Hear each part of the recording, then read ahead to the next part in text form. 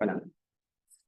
Bonjour pour les étudiants UOM D2, pas les D3. Cette fois-ci, c'est un cours qui est adressé aux étudiants de D2 dans la partie de pathologie infectieuse pédiatrique. Nous avons vu hier, nous avons vu que les enfants présentent souvent des infections des voies respiratoires supérieures. On a vu que ces infections étaient parmi les causes les plus fréquentes des consultations ambulatoires en pédiatrie et c'était parmi les causes les plus fréquentes de la fièvre chez les enfants, en particulier chez les jeunes enfants âgés de moins de 2 ans. Nous avons vu aussi que ces infections qui peuvent sembler être banales peuvent être compliquées. Et on a vite compris que les complications sont des choses assez sévères et que le médecin, le pédiatre, enfin le médecin généraliste doit quand même maîtriser cela. Alors pour continuer, on a vu d'abord les voies un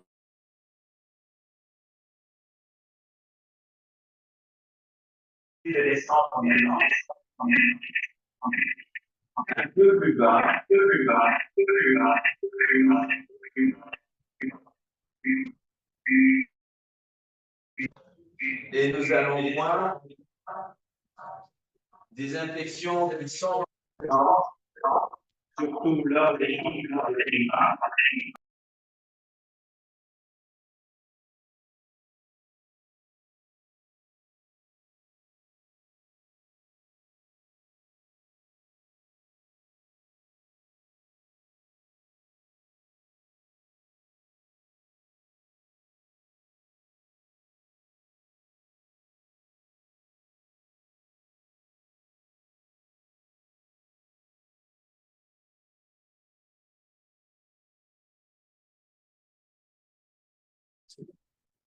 Voilà. Alors, nous allons donc continuer. Aujourd'hui, nous allons parler des bronchiolites.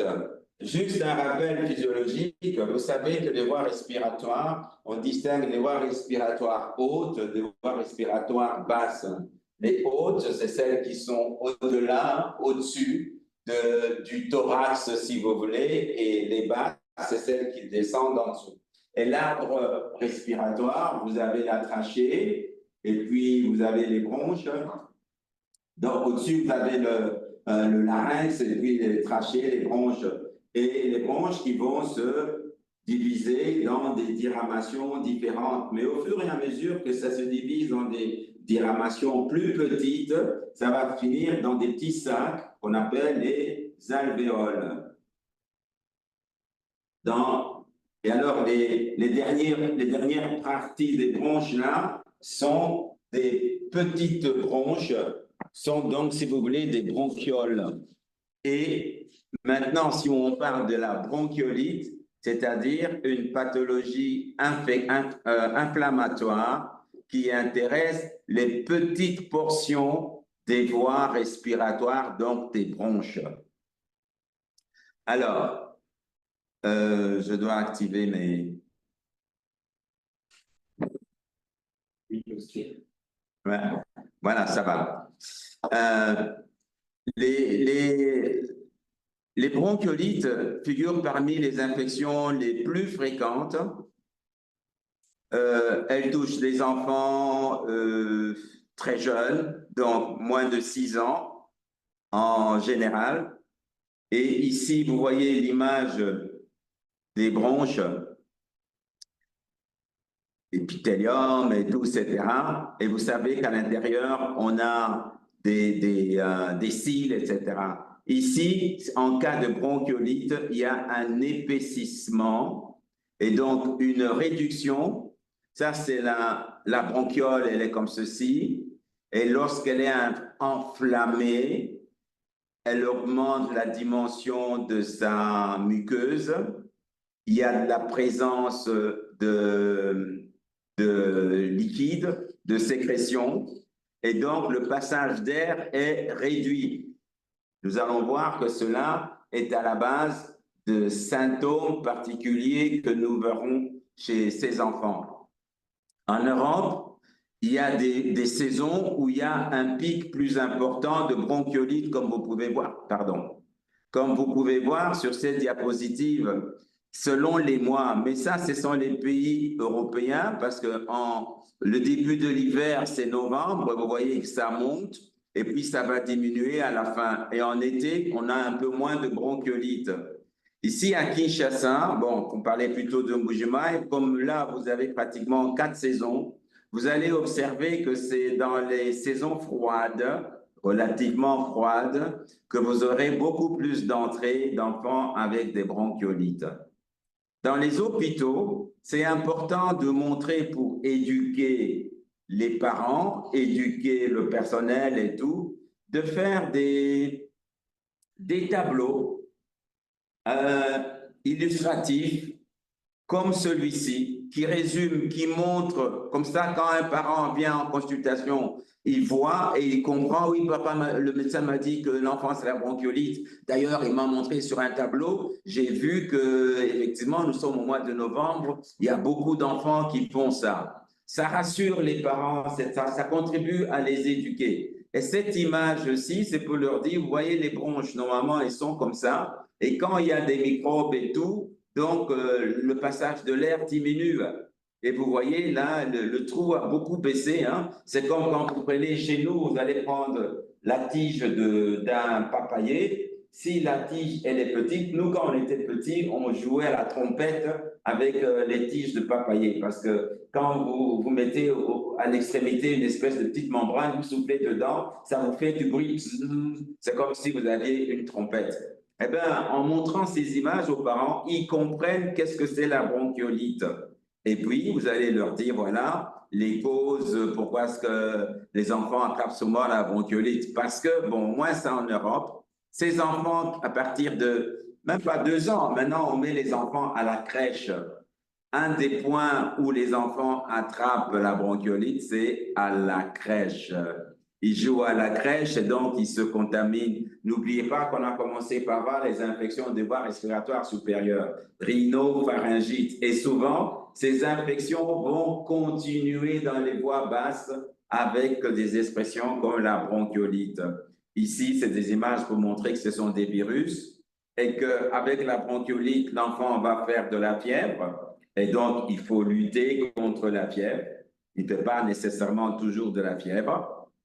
La prévention, on vous montre ici, c'est d'éviter tout ce qui est pollution dans la maison, se laver les mains, l'hygiène, avoir des gouttes à mettre dans des gouttes de sérum physiologique à mettre dans le nez. Et on vous donne des conseils pratiques, nous allons revenir dessus. Mettre l'enfant sur une position un peu avec le buste surélevé, il dort comme ça, c'est mieux parce que si là, il dort avec la tête basse, les sécrétions vont aller dans les voies respiratoires inférieures, les gouttes, la façon de nettoyer et tout, bon, le biberon, et puis parfois, il faut faire ce qu'on appelle la kiné respiratoire. Il faut tapoter, il faut comprimer un peu le thorax pour favoriser l'élimination des sécrétions. Une telle image, elle contribue à l'éducation des parents. Et ce serait bien que vous puissiez l'adapter à notre contexte. Alors, la bronchiolite aiguë, elle advient surtout dans les pays européens dans la période hivernale, quand il fait froid. Et elle intéresse entre 5 à 10% chez les enfants de moins de 2 ans. Donc, c'est une pathologie inflammatoire fréquente. Chez nous, elle est aussi fréquente, la bronchiolite. Elle est vraiment fréquente. Elle est provoquée par quoi? En général, l'agent responsable, ce sont des virus. Comme on a vu pour la pathologie ORL, les choses commencent avec des virus, mais quand l'évolution n'est pas bonne, on peut alors avoir des bactéries qui peuvent se surplanter au niveau justement des voies respiratoires supérieures et inférieures. Mais à 80% des cas, ce sont des virus. Comme c'est une maladie virale, est-ce qu'on donne d'emblée des antibiotiques? Non. Il faut avouer que nous abusons avec des antibiotiques dans nos pays. C'est une maladie virale. Les virus ne sont pas sensibles aux antibiotiques. Mais on a peur. La maman dit, il fait de la fièvre, le docteur, il a fait 38, 38 et demi, etc. Et alors, nous, comme réflexe, qui n'est pas toujours le meilleur, hein, on donne un médicament contre la malaria. Ça peut se comprendre parce que le temps de faire la goutte épaisse ou le test rapide, etc. Mais ça peut se comprendre. Mais on donne aussi des antibiotiques. À mon avis, on donne trop d'antibiotiques. Vous savez, nous allons lutter pour les siècles qui viennent, d'ailleurs pour les années. Nous sommes déjà en train de lutter contre les bactéries multirésistantes. Ça signifie que nous n'avons presque plus d'armes contre les bactéries parce que nous avons abusé avec les antibiotiques. En Europe, vous n'achetez pas les antibiotiques n'importe où. Ici, chez nous, au Congo, vous pouvez les acheter n'importe où. Au marché, au coin de la rue, dans la poche d'une infirmière et tout, vous trouvez les antibiotiques n'importe où. Donc, c'est une chose, je vous rappelle, la bronchiolite aiguë du nourrisson, c'est une pathologie virale. Ne venez pas me dire, oui, quand on pose la question à l'examen, oui, on l'a mis sous antibiotiques, on va vous dire, mais pourquoi vous l'avez mis sous antibiotiques? Bon, comme toutes les maladies virales, la majorité, puis des maladies des voies respiratoires, elles se transmettent par la voie aérienne, ou bien parce qu'on a touché des sécrétions avec la main. C'est pour ça que dans les crèches, on contamine un enfant et l'autre. Soit c'est la monitrice, soit c'est les enfants eux-mêmes qui font « atchoum », ils éternuent, ils sont dans un petit espace. Donc, vous allez trouver des épidémies de bronchiolite là où il y a aussi des orphelins, des petits-enfants dans les orphelinats. Maintenant, en RDC, où est-ce que vous allez les trouver? Dans les camps de concentration des refoulés ou encore des populations déplacées. Leurs nourrissons sont certainement des nourrissons victimes d'infections, de nombreuses infections. Et surtout qu'à l'Est, il fait froid. À Bukavu, on m'a dit que parfois la température est de 5 degrés ou 10 degrés tôt le matin. À Lubumbashi, c'est pareil, il fait très froid le matin en saison sèche. Dans ces saisons-là, vous aurez beaucoup d'épisodes de bronchiolite. Et on contribue aussi, nous, personnel soignant, lorsqu'on fait le tour de salle, sans se laver les mains entre l'examen d'un enfant et l'autre. Ou l'infirmière qui donne les soins, il va donner les soins à Chibola qui avait une bronchiolite, elle n'a pas lavé les mains, elle va toucher Chiboaba et donc Chiboaba va attraper le virus qui vient grâce aux mains de l'infirmière qui ne les a pas lavées. En général, de toute façon, c'est une pathologie qui sera précédée par, comme je vous l'ai dit, une infection ORL, une rhinite, le nez qui coulait, ou bien parfois une petite toux. Il faut savoir que la toux est un réflexe. Hein. La toux est un réflexe. Et tous les enfants qui font la bronchiolite ne toussent pas nécessairement, mais peuvent avoir des signes de détresse respiratoire sans qu'il y ait dans leur histoire une histoire vraiment de toux. Pendant 2-3 jours, il a le nez qui a coulé, c'est tout. C'est la phase invasive. Et après, on aura les signes respiratoires. Alors, les signes respiratoires, c'est vrai, une toux, quand elle est présente, mais elle n'est pas toujours présente, mais souvent, le signe pathognomonique de la bronchiolite chez un nourrisson, c'est une respiration qui fait du bruit. Alors ici, j'aimerais bien vous rappeler que la sémiologie, moi, la pédiatrie, pour moi, c'est un cours qui doit être fortement basé sur la sémiologie. Parce que c'est le médecin pédiatre, il doit détecter des choses chez un patient qui ne parle pas, qui ne s'exprime pas, et tout, etc. Alors, la sémiologie, c'est que lorsque vous avez vu, au début, on a montré une image des bronches, et puis on a montré que la cavité dans laquelle l'air passe est diminuée. Lorsque vous avez normalement la respiration bronchique normale, vous avez un mouvement, et vous avez un bruit du genre quand vous auscultez dans les poumons d'un enfant. C'est des bruits, on dit murmure vésiculaire pur, ça passe bien. Maintenant, lorsqu'il y a un obstacle en fonction, et l'obstacle, le premier obstacle qu'on a dans les voies respiratoires, sont des sécrétions. Lorsque vous avez des sécrétions au niveau des grosses bronches, qui sont là-dedans, C'est comme quand vous prenez, je vous disais, quand nous étions enfants, on prenait la tige de papayer et on soufflait. Alors, si vous prenez la tige de papayer, vous la mettez dans de l'eau savonnée, et vous faites des bulles, ça va vous provoquer des bulles. Brrr, des bulles. Eh bien, sémiotiquement parlant, les bruits qui seront générés dans les bronches, dans les voies respiratoires, par la présence d'un liquide, ce sont des bruits qui vont provoquer des bulles, si vous voulez. Et alors, on les appelle en général râles. Vous le savez bien, ce sont des râles. Les râles, on va les distinguer selon l'endroit où il y a le liquide. Des râles, alors on distingue d'une façon classique, c'est facile, hein, comme ça, soit à grosse bulle, soit en moyenne bulle, ou encore petite bulle. Petite bulle. Moyenne, ça signifie, bon, les grosses bulles, c'est dans les grosses bronches. Alors vous entendez, oh, c'est comme s'ils ronflaient en fait. Oh, c'est des bruits là. Les moyennes, vous entendez à l'auscultation des... Les petites,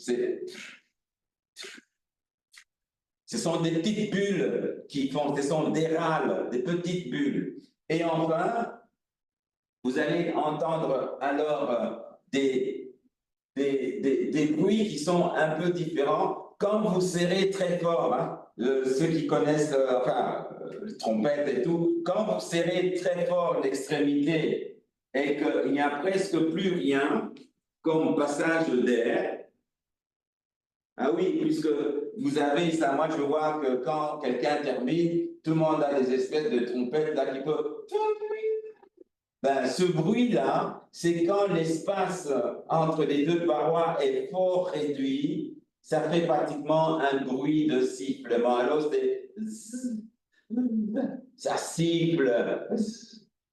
Ça, c'est le bruit que vous allez entendre souvent dans les bronchiolites, sifflement. Retenez ça, hein? C'est un des symptômes importants. Pourquoi ça siffle? Parce que c'est dans les bronchioles, des petites bronches, des extrémités là. Quand il y a un peu d'œdème ici et d'œdème là, ça siffle, ça fait... Vous entendez ça? Et vous entendez ça même de loin sans le stéthoscope. Et ça, c'est un signe typique de bronchiolite. D'ailleurs, la maman vous dira, docteur, cet enfant, il respire mal. Pourquoi? J'entends qu'il fait du bruit quand il respire. Les râles, vous les entendez, sauf les grosses bulles râles, ou bien quand ils ronflent. Oh, ça c'est ronflé. Mais les râles, pour les entendre, vous mettez un stéthoscope. Et le sifflement aussi, évidemment, vous l'entendez avec le stéthoscope. Mais parfois, lorsqu'il est tellement important, vous entendez... Alors, quand on les entend même sans le stéthoscope, et généralement, c'est juste des termes, moi j'aime bien que vous puissiez les retenir. Je n'ai pas besoin de mettre un stéthoscope, ce sont les gênements. Et c'est ça, c'est pour ces deux signes en général que la maman va venir en consultation. Donc, bronchiolite, des petites bronches, l'humaine, le tuyau, il est fort réduit, soit par l'œdème, soit par la présence de liquide. Lorsque c'est dans des grosses bronches ou des bronches moyennes, on a des râles, on appelle aussi des râles humides. Ah oui, parfois les râles sont tellement petites qu'on appelle ça des râles crépitants. Alors, crépitant, c'est... On entend à peine, c'est très fin, c'est vraiment fin, c'est trépitant. J'insiste sur ça parce que j'ai remarqué que les médecins stagiaires, ils viennent en stage, quand je leur dis ausculter le thorax, bon, ils mettent le stéto n'importe où, mais ils n'entendent jamais rien. Parce qu'on ne leur a pas appris à ausculter avec des détails. J'insiste ici maintenant pour vous, l'auscultation du thorax d'un enfant, c'est une auscultation qui se fait dans toutes les parties où on est censé entendre les bruits qui viennent des différentes sections pulmonaires. Donc, je vais ausculter l'enfant dans la partie antérieure, le thorax, c'est comme ceci, hein. Poumon, diaphragme, et puis, enfin, j'ai mal dessiné peut-être, le cœur là-dedans, voilà. On écoute, hein, blablabla. On ausculte les parties supérieures. L'auscultation en général doit être une auscultation systématique, symétrique. J'ausculte les lobes supérieurs à gauche et à droite. Tantôt là, tantôt là. Pourquoi? C'est important de sculpter d'une façon symétrique. Ça me permet aussi de comparer les bruits dans les deux champs pulmonaires. L'homme est symétrique, on a la gauche et la droite. Et comme ça, je peux dire, j'ai perçu des râles dans le champ pulmonaire gauche ou le champ pulmonaire droit. La partie supérieure, c'est les poumons supérieurs, l'apex.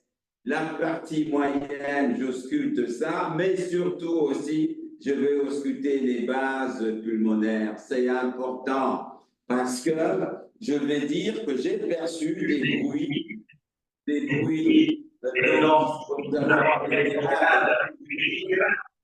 à la base pulmonaire droite. Et ça va me permettre. Oh, il y a encore un écho là. Ça va me permettre de pouvoir orienter le radiologue en disant je demande une radio du thorax parce que le radiologue demande pourquoi avez-vous demandé la radio du thorax, parce que j'ai perçu des râles humides à la base inférieure droite. Et lui, lorsqu'il va faire la radio, il va prêter une attention particulière à la base inférieure droite. On ausculte la partie antérieure, on fait la même chose dans la partie postérieure, supérieure, moyenne, basique. Et aussi maintenant, en pédiatrie, ne l'oubliez pas, on ausculte les poumons aussi dans le creux axillaire, à gauche et à droite. C'est important ça. C'est important pour que vous puissiez vraiment arriver à faire le diagnostic de toutes ces pathologies. En auscultant, vous pourriez apprécier qu'il y a des râles crépitants. Elles sont tellement petites qu'elles crépitent. Des râles crépitants. Ou encore, en auscultant, vous allez dire, j'ai perçu des sifflements. Ils sifflent, c'est... Ils sifflent. Ou encore, la maman dit, il dort, et même vous, quand vous faites le tour de salle, vous entrez dans la salle, vous sentez que le bébé fait... Il gémit, gênement ou gémissement. Bon, on dit la même chose aussi. Hein. Donc, vous entendez des gémissements. On gémit parfois quand on a mal. Des gênements quand c'est vraiment des difficultés de la respiration. Donc, retenez ceci, c'est important, c'est parmi les signes que vous allez rechercher chez un enfant.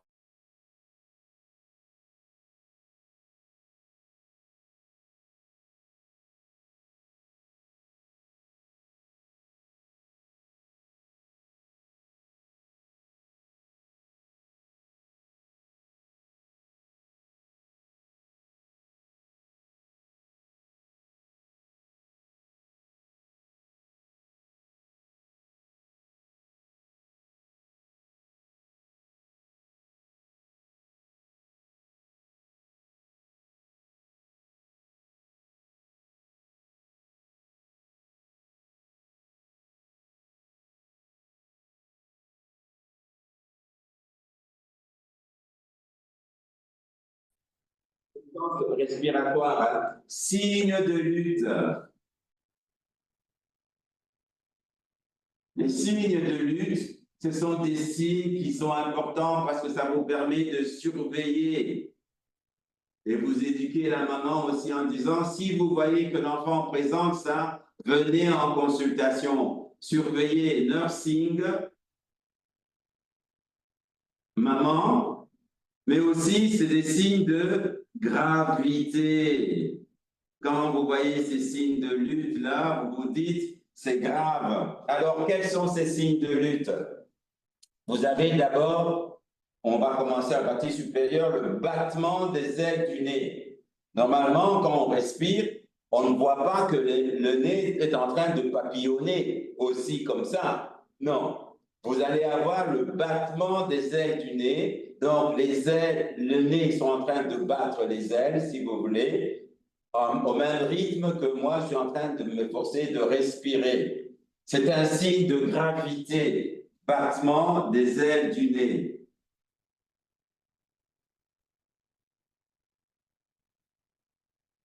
Et puis, vous allez rechercher ce qu'on appelle les tirages. Alors, les tirages, vous les avez en plusieurs niveaux. En pathologie ORL, les voies respiratoires supérieures, le tirage peut être un tirage, ici c'est les clavicules. Vous pouvez avoir un tirage jugulaire à ce niveau-ci, ici. Ça, quand l'enfant respire, ça rentre ici, ça tire. En général, le tirage que vous voyez ici, c'est un tirage jugulaire. Ça, c'est une pathologie respiratoire supérieure. Supérieure. Donc, en cas de laryngite, et c'est pour ça, quand vous avez cet enfant qui vient en consultation, et vous voyez qu'il tire ici aussi, ça signifie qu'il peut avoir fait une amygdalite, laryngite, et laryngite qui a continué après dans les voies basses. Après, vous avez ce qu'on appelle le tirage. Donc là, c'est le tirage jugulaire. Il peut tirer aussi le long des veines jugulaires. Hein. Donc, vous voyez que ça rend tirage, ça signifie qu'il y a une rétraction sautillante. Et puis, vous allez avoir ce qu'on appelle le tirage intercostal, entre les côtes. Entre les côtes, vous voyez que pendant qu'il respire, ça rentre entre les côtes. Pourquoi? Ce sont les muscles intercostaux qui doivent se battre aussi pour faire respirer l'enfant, et alors ça provoque la rétraction des espaces intercostaux, ce qu'on appelle le tirage intercostal. Donc l'enfant respire et vous voyez qu'il y a des rétractions au niveau des côtes. Ça ne s'appelle pas tirage sus-costal ou sous-costal, non, parce qu'en dessous des côtes, il y a une autre côte. Et la dernière côte, il n'y a pas de côte en dessous, donc vous ne voyez pas le tirage sous-costal, c'est intercostal. En médecine, il faut respecter les terminologies classiques. Tirage intercostal. En dehors de ce tirage-là, et puis il peut être d'intensité très marquée ou faible ou discret, hein, ça c'est autre chose.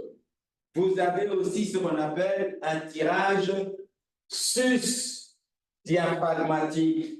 Pourquoi on appelle ça sus-diaphragmatique? Parce que en dessous des dernières côtes, ici, il y a le muscle, le plus gros muscle respiratoire, c'est le diaphragme. Comme le diaphragme se contacte aussi, il va étirer l'espace qui est au-dessus du diaphragme. Ça s'appelle tirage sus, donc au-dessus diaphragmatique. Voilà. Donc ça, tirage jugulaire, intercostal, sus-diaphragmatique. Maintenant, ce tirage, vous avez la respiration chez un enfant, elle est essentiellement abdominale. Le plus grand muscle respiratoire, c'est le diaphragme. Donc, la respiration, elle est essentiellement abdominale. C'est l'expansion du diaphragme. Ce sont les mouvements du diaphragme qui font que ça dilate les poumons et ça rétrécit, etc. Le petit enfant respire surtout avec le ventre. C'est important, un nourrisson. Pourquoi? Lorsque le nourrisson il a un gros foie ou une grosse rate, une splénomégalie, qui vont déranger le cursus du diaphragme. Il peut être dyspnéique ou lorsqu'il a beaucoup d'acide, de liquide dans le ventre, le diaphragme ne parvient pas à bouger. Donc, il peut être en hypoxie. Chez les petits enfants, la respiration est essentiellement abdominale. Donc, pensez à cela. Et alors, il peut y avoir justement ce qu'on appelle le tangage. Tangage, c'est le nom qu'on voyait un bateau qui arrive, qui commence à faire comme ceci. Tantôt, il est en train de se balloter à gauche et à droite lorsqu'il est sur le point de s'arrêter. C'est ce qu'on appelle le tangage thoraco-abdominal. Ça signifie quoi? Ça signifie que lorsque, si je dessine l'enfant comme ceci, on va dire ça, c'est le ventre, les pieds là. Lorsque celui-ci, le thorax monte au-dessus, l'abdomen descend. Ça fait donc comme ceci, comme l'avion qui est en train de battre des ailes comme ça. Et ça, c'est ce qu'on appelle le tangage thoraco-abdominal, qui est un symptôme qui est quand même sévère et qui montre qu'il y a une hypoxie, une dyspnée sévère. Donc, retenez au moins ça, tangage thoraco-abdominal.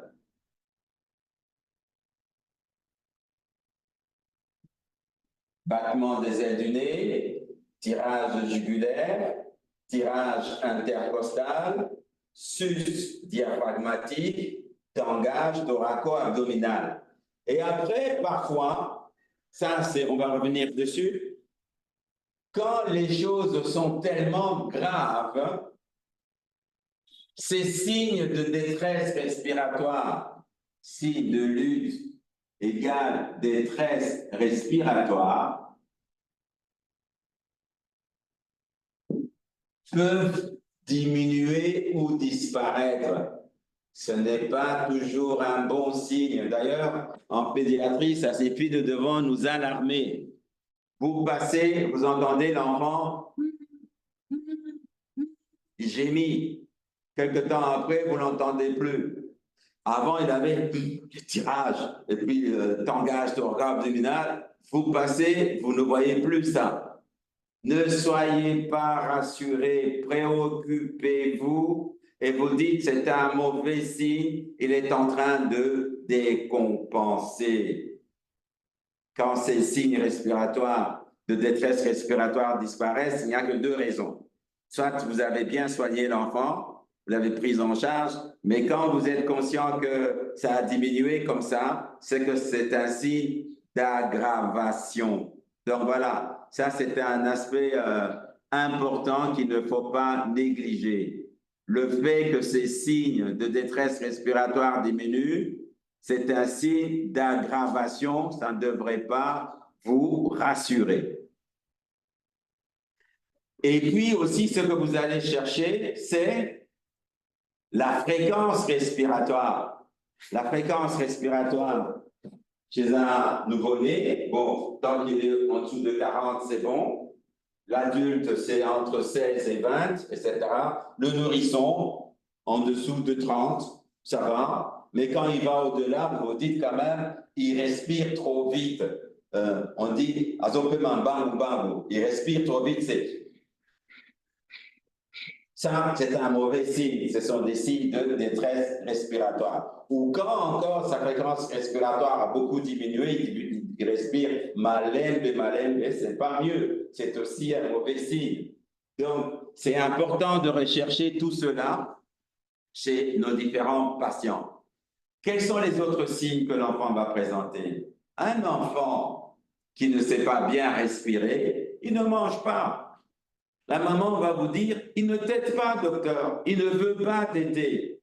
Alors déjà, dans la rhinopharyngite, lorsque le bébé a le nez qui est bouché, vous savez que la respiration du bébé, donc quand il a le nez bouché, qu'est-ce qu'il va faire? Il ne sait pas respirer. Lui n'a pas encore appris tellement à respirer par la bouche. Donc, quand il a le nez bouché et que vous voulez lui donner à manger, il se dit, je vais suffoquer. Et donc, il ne tète pas. Et c'est pour cela, est-ce que l'enfant tète? Non, il ne tète pas, il ne peut pas téter. Ce n'est pas seulement un refus de téter, méningite. Non, mais c'est aussi problème respiratoire, en particulier l'obstruction des voies respiratoires supérieures, le nez qui est bouché, ou bien lorsqu'il est dyspnéique, quand il va au sein, parce que téter pour un enfant, c'est travailler, hein. Il tire tout, et puis il se sent fatigué parce qu'il n'est pas suffisamment bien oxygéné. C'est la même chose d'un enfant qui a une cardiopathie, hein. Il est cardiopathe, il a une insuffisance mitrale, vous le mettez au sein, il tire un peu, mais le cœur doit travailler vite et fort, il travaille un peu, il se sent fatigué, il ne tète pas. Retenez cela, refus de téter, ce n'est pas que méningite, mais c'est aussi pathologie respiratoire, pathologie cardiaque. Bon, et d'autres causes. Et donc là, il faut interroger la maman, elle va dire il ne tète pas bien, ou bien parfois il vomit. Il vomit tout simplement parce qu'il y a aussi des signes digestifs qui peuvent accompagner la bronchiolite. Après, n'oubliez pas une chose, bronchiolite, ça signifie inflammation. Donc, vous avez de la fièvre aussi. Vous allez avoir de la fièvre. Donc, c'est un enfant qui peut être un enfant fébrile. Là, ça ne bouge pas, mon curseur. Ah oui, ça. Et donc, et vous, à l'examen, à part les signes que nous venons de voir, l'auscultation, vous allez voir que le thorax, c'est un thorax distendu. Un thorax distendu avec, comme on l'a vu tantôt, des bruits anormaux. Des bruits, oui, les sifflements, on les appelle aussi sibilances. Là où j'ai écrit sifflement, bon, ça s'appelle aussi sibilance. Ça siffle, sibilance. Donc, respiration sibilante. Sibilance ou bien sifflement. Ce sont des synonymes. Et donc, et puis la fièvre n'est pas toujours constante. En général, la bronchiolite d'hypercée, c'est une maladie bénigne quand la maman, vous avez vu les petites images que je vous ai montrées au début, qui servent à éduquer les parents, quand la maman prend les mesures nécessaires, éviter la fièvre, le mettre dans la position un peu surélevée, éviter de le mettre en contact avec les autres, et que quand papa rentre du boulot, il ne doit pas fumer à la maison, hein? La fumée, c'est l'environnement qui est pollué, donc l'environnement domestique, etc. Quand vous prenez ces mesures-là, et puis vous avez vu, on a dit sérum physiologique, ben, ça évolue d'une façon, ça évolue bien. Disons, voilà, c'est pas si grave que cela. En général, oui, ces bronchites, ces bronchiolites évoluent en deux phases, comme je vous ai dit. La phase sèche initiale, c'est les voies supérieures, et puis ça va descendre vers les bronches. C'est pour ça que sont les infections ORL qui s'accompagnent des infections des voies respiratoires inférieures. Alors, je m'arrête un peu sur les bronchiolites qui touchent surtout les nourrissons, les jeunes enfants, selon les saisons, parce que je voudrais aussi vous parler des bronchites. J'avais dessiné l'arbre respiratoire selon l'endroit.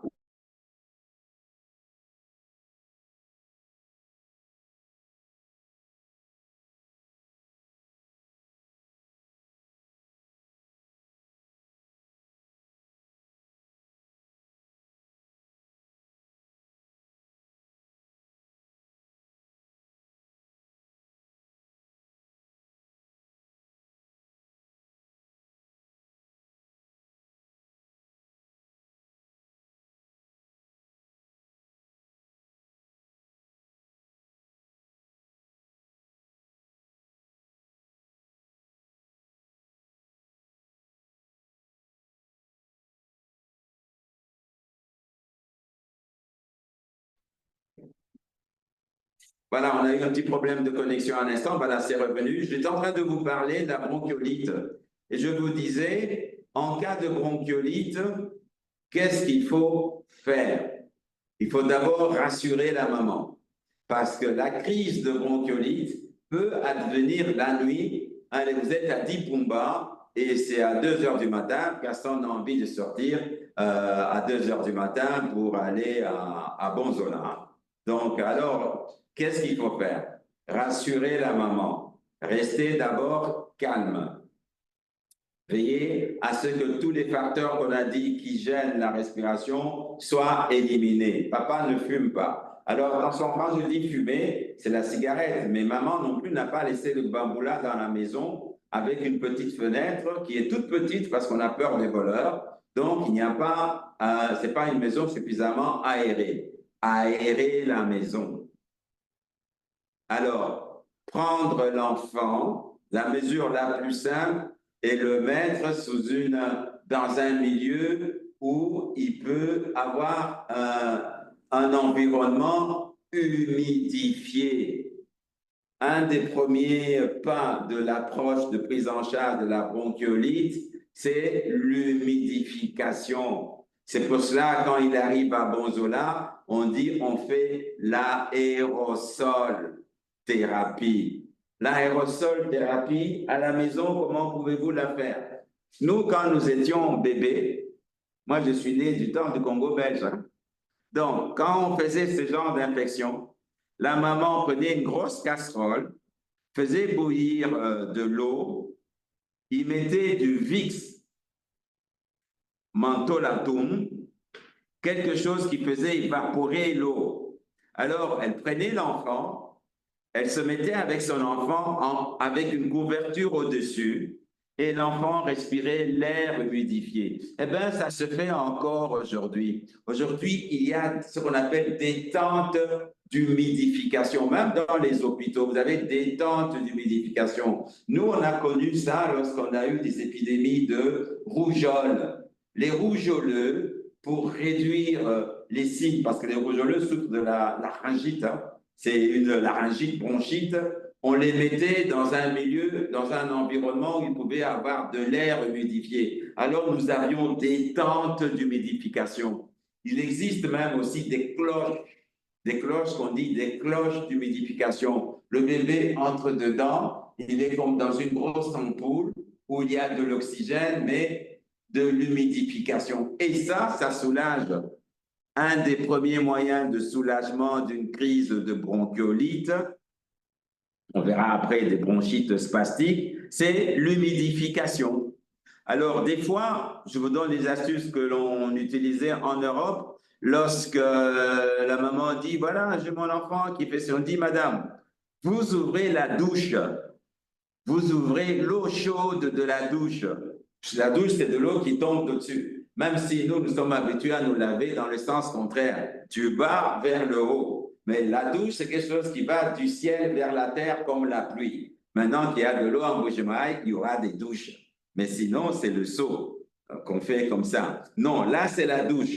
L'eau qui tombe de la douche, ça fait comme la pluie, ça va créer de la vapeur. Et vous vous mettez avec la porte de la douche ouverte avec bébé. Bébé va respirer cet air humidifié.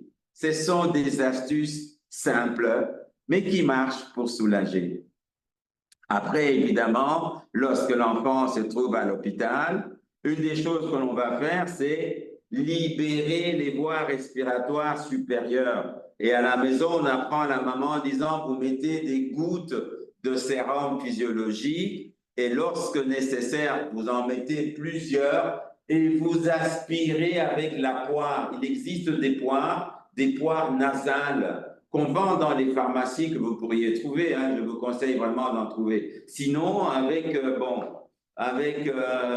petite canule, il y a des canules nasales, donc vous aspirez. Mais en Afrique, quand vous allez avec votre bébé chez la grand-mère et que vous vous retrouvez dans le petit village tout près de Ngandajika, là, la grand-mère va prendre l'enfant, elle va aspirer avec la bouche. Voilà. Et puis, elle va jeter les sécrétions. Vous pouvez rigoler, mais vous avez grandi grâce à la pratique de la grand-mère. Hein.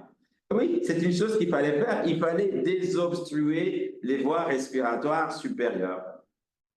Et donc, vous désobstruez les voies respiratoires supérieures et aussi, donc, vous humidifiez avec l'aérosol. À l'hôpital, on a un appareil qu'on appelle l'appareil d'aérosol. On met du sérum physiologique. On fait donc l'aérosol thérapie avec du sérum physiologique avec un masque. C'est un petit masque qui donne de la vapeur. On met ça sur le nez, la bouche de l'enfant quand c'est un tout petit. Il peut pleurer, mais enfin, et après, quelques temps après 10 minutes d'aérosol, on voit que l'enfant est quelque peu soulagé. Mais ces aérosols doivent avoir des aérosols qui émettent de petites particules. C'est pour cela maintenant on dit qu'il y a des aérosols à ultrasons qui émettent de petites particules. Plus elles sont petites, plus elles pénètrent dans les voies respiratoires inférieures. On va dire après, oui, est-ce qu'on donne des bronchodilatateurs? Dans la bronchiolite, ce n'est pas nécessaire. Bon, mais parfois, oui. Écoutez, moi, je suis souple. Parfois, on fait de l'aérosol avec sérum physiologique, corticoïdes, parce que vous avez vu la première image, il y avait quand même un œdème. Hein. Donc, les corticoïdes, on va dire, ça va contribuer à réduire l'œdème. Les bronchodilatateurs, ce n'est pas classique, mais enfin, dans certains cas, on peut les donner parce qu'il n'y a pas toujours une frontière. Le problème, c'est que l'enfant qui a fait la bronchiolite va évoluer plus tard, parfois, en développant une bronchite. Une bronchite, et lorsqu'ici, ça devient une bronchite asthmatique. Et donc, finalement, une bonne partie de ces enfants sont des enfants asthmatiques. Voilà.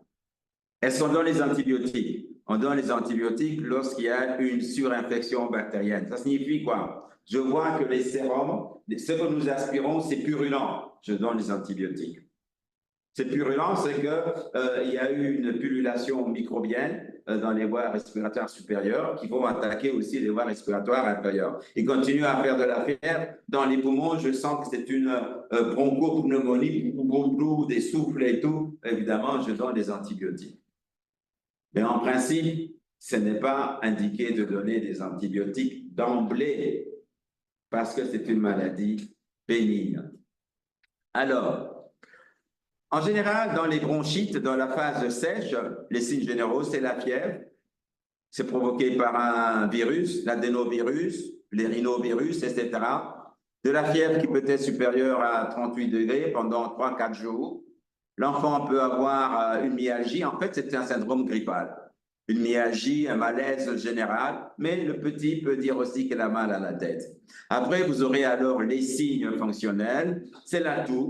Une toux qui peut être sèche ou bien une toux quinteuse. Une toux quinteuse, c'est...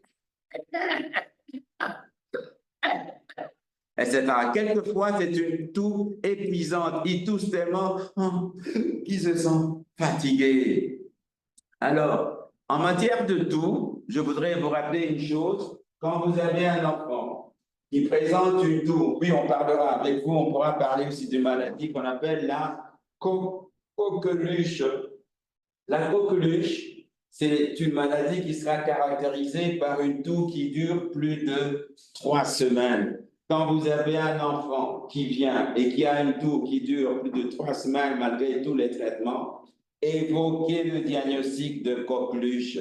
La coqueluche, vous l'avez appris certainement, elle est caractérisée par ce qu'on appelle le chant du corps. Ça signifie un enfant qui tousse. Il tousse comment? Quand on vous demande en pratique aux étudiants qui peut m'imiter, personne ne parvient à imiter. Pourtant, ce sont des quintes de toux, donc des toux, des mouvements de toux qui se suivent, c'est successif, et puis qui vont être accompagnés par une phase particulière qu'on appelle le chant de corps. Donc, il tousse comme ça signifie un petit qui tousse. Et puis, le chant de corps. Et puis, ça peut reprendre encore. Ça, c'est une toux coqueluchoïde typique. La toux coqueluchoïde, c'est une toux qui peut être aussi provoquée. Si vous voulez provoquer chez un nourrisson qui vient, si vous voulez savoir c'est une toux du genre coqueluche, vous comprimez là dans la fossette jugulaire ici, et ça va lui provoquer le réflexe de tousser. Ou bien lorsque vous mettez la baisse langue pour vouloir regarder la bouche, vous lui provoquez cette toux-là. Et puis à la fin, du champ du corps, généralement, il va expectorer. Et ça, c'est typique, c'est de l'expectorat gluant, des sécrétions gluantes. Question d'examen, attrape. Un nourrisson, normalement, n'expectore pas. Un enfant de moins de 5 ans, généralement, il n'expectore pas. Pourquoi? Parce que l'enfant avale ses sécrétions. C'est pour cela, quand vous voulez rechercher les PK, on dit, bon, on va faire un lavage gastrique. Parce que l'enfant, il avale les sécrétions. L'adulte, il expectore, et puis l'adulte mal éduqué, il crache dans la rue. De temps en temps, j'en vois comme ça, qui je sens. En Inde aussi, ça j'ai vu, c'est horrible. Ils tous, ils crachent.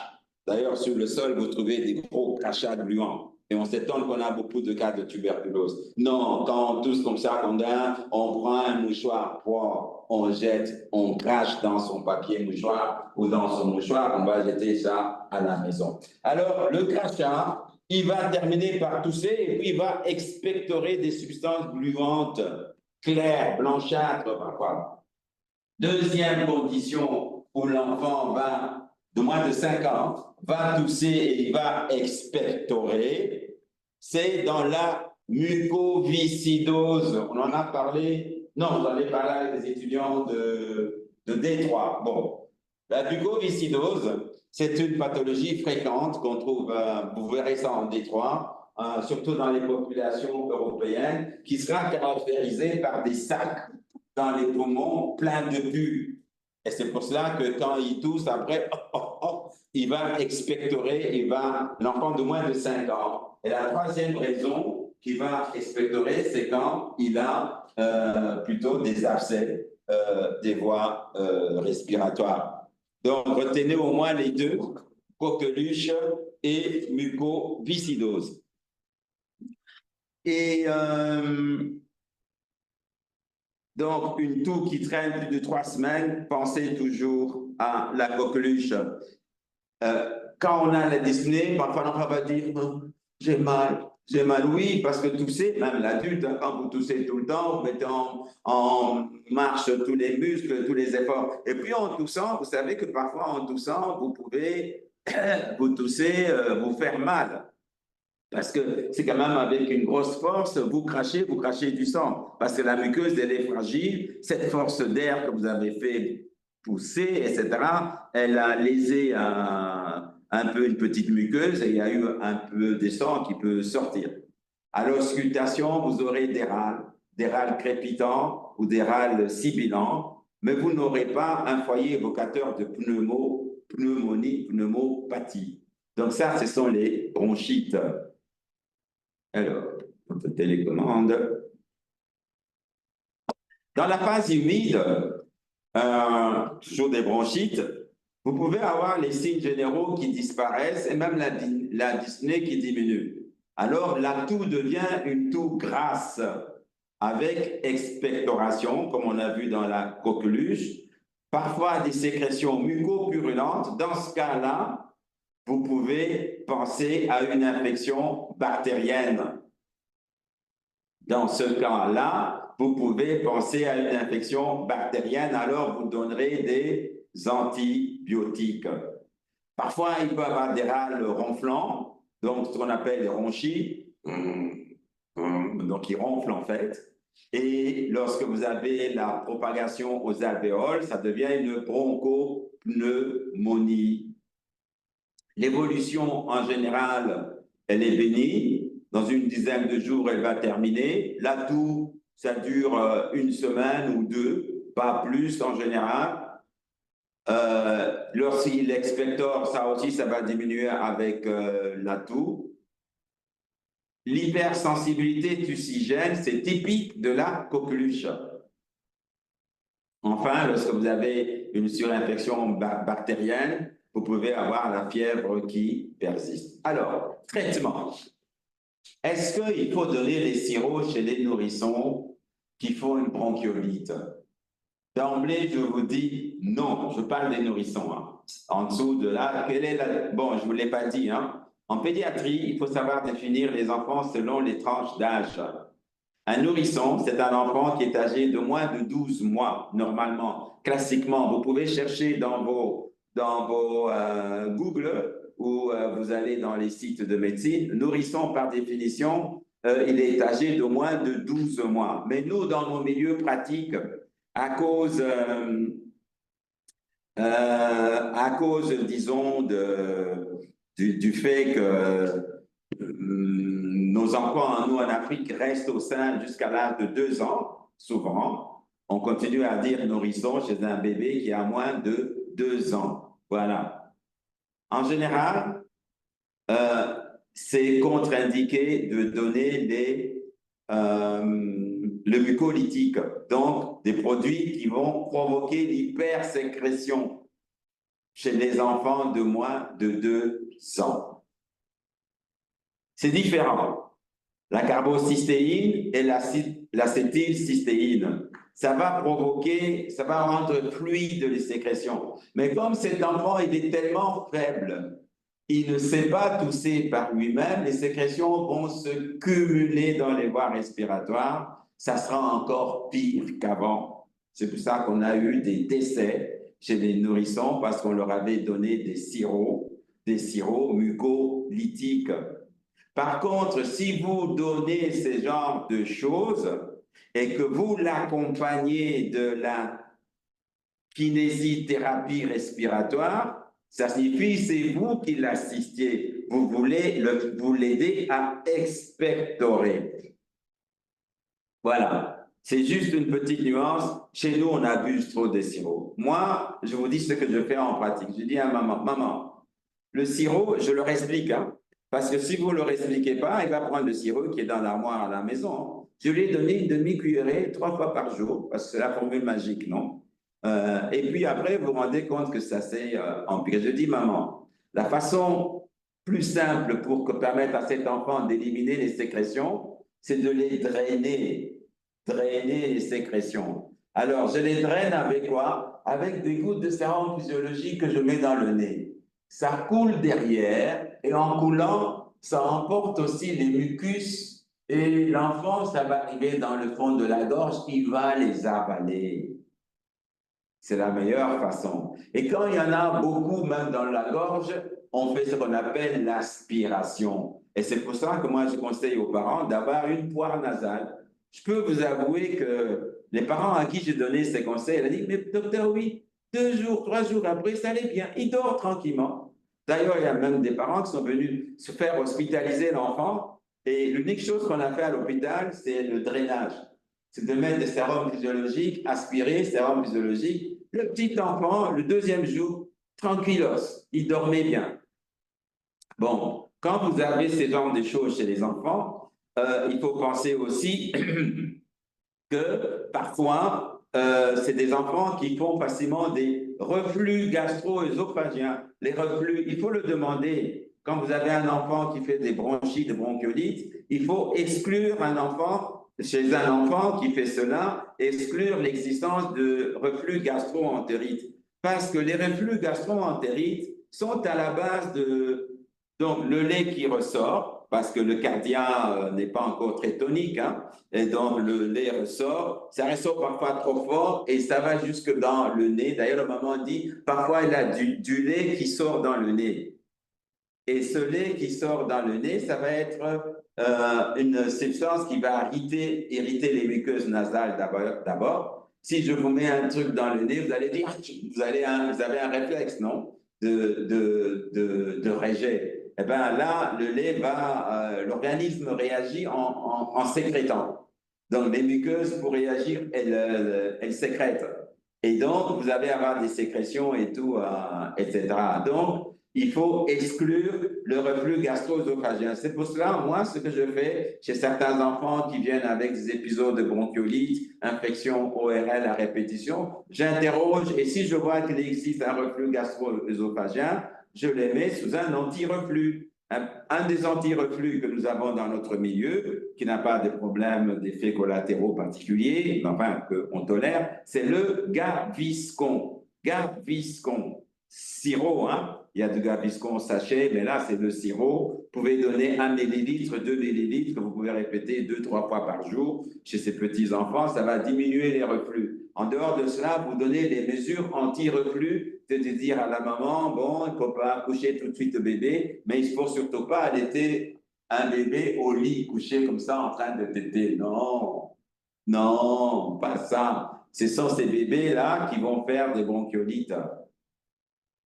La maman, pour allaiter bébé, elle se met en semi-assise et bébé est bien là. Bébé, lui, il est couché avec la tête surélevée, une partie du corps qui est supérieure, qui est surélevée et il tète bien. Mais qui dort comme ça, vous essayez de manger comme ça, couché, ça, ben, vous aurez difficile à avaler, non? En plus, avec des risques de faire de fausses routes, non? Ben, c'est la même chose pour bébé, hein? Donc voilà, ça ce sont des mesures qu'il faut prendre, des petites mesures pratiques, mais c'est c'est des choses qui vont vous aider à ne pas garder longtemps les enfants en hospitalisation. Ça va permettre d'aider la maman à prendre en charge son enfant qui a une bronchiolite déjà à la maison. Alors, le nettoyage des fosses nasales, il faut savoir le faire. D'abord, il ne faut pas le faire dès qu'il a fini de manger. Elle doit être faite à distance d'un repas. Pourquoi? Parce que si vous mettez un truc dans le nez, dès qu'on a mangé, ça va l'irriter, il va avoir tendance à vomir. Et il faut le faire avant le moment de le mettre au lit. Vous nettoyez son nez, enfin les mamans en général connaissent bien. L'enfant, vous le mettez couché sur le dos, vous penchez la tête sur le côté, c'est ça le point le plus important. Penchez la tête sur le côté, l'oreille droite qui repose sur l'oreiller, et vous avez ainsi accès à sa narine gauche. Quand il est couché comme ça, à sa narine gauche. Vous fermez la bouche de l'enfant avec votre main, en remontant le menton, comme ça, et vous introduisez la pipette de sa lampe physiologique dans la narine, et vous effectuez une pression. Le liquide qui va, c'est pour nettoyer, hein? On appelle ça lavage, nettoyage des fosses nasales. Le liquide va entrer et l'enfant va avaler le liquide. Faites la même chose à gauche. Parfois, l'enfant ne veut pas coopérer, hein? Surtout si c'est un grand enfant. Il faut lui expliquer calmement avant de le faire. Eh bien, viens ici, tapez l'enfant pour dire, mets-toi là comme ça, allez papa, tiens là-bas, boum, boum. Non, non, non, là vous provoquez des stress. Le stress, c'est quelque chose qui veut provoquer une dyspnée. Voilà. Est-ce que vous avez des questions sur la bronchiolite? Si vous avez des questions, je vous propose de les mettre dans le chat et on va y répondre. Voilà, donc on a fini ce chapitre sur les bronchiolites. Et pour après la pause, on va reprendre une autre pathologie. Nous allons commencer alors, après la pause, toujours dans le cadre des pathologies infectieuses pédiatriques, on va parler des fièvres éruptives, puisque nous sommes dans une période où tout le monde parle de monkeypox, mpox. Nous allons parler de cela après la pause.